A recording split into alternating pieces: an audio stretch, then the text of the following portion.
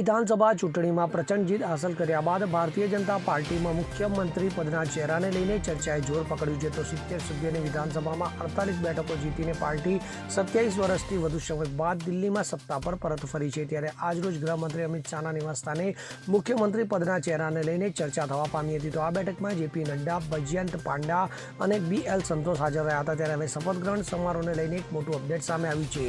તો મળતી માહિતી મુજબ વડાપ્રધાન આગામી 14મી ફેબ્રુઆરી દેશ પરત ફરશે અને PM મોદી તેમના વિદેશ પ્રવાસથી પરત ફર્યા બાદ રાષ્ટ્રીય રાજધાની દિલ્હીમાં નવી બનનાર સરકારનો શપથ ગ્રહણ કાર્યક્રમ થઈ શકે છે. તો આ શપથ ગ્રહણ સમારોહ ભવ્ય હશે. NDA નેતાઓ આમાં ભાગ લે તેવી અપેક્ષા છે. તો આ સિવાય NDA શાસિત તમામ રાજ્યોના મુખ્યમંત્રીઓને પણ બોલાવવામાં આવશે. Bureau report CN24 news. હવે જુઓ દેશ દુનિયાની તમામ ખબરો તમારી આંગળીના ટેરવે. ઉઠાવો મોબાઈલ અને Google Play Store પરથી ડાઉનલોડ કરો અમારી CN24 ન્યૂઝ મોબાઈલ એપ.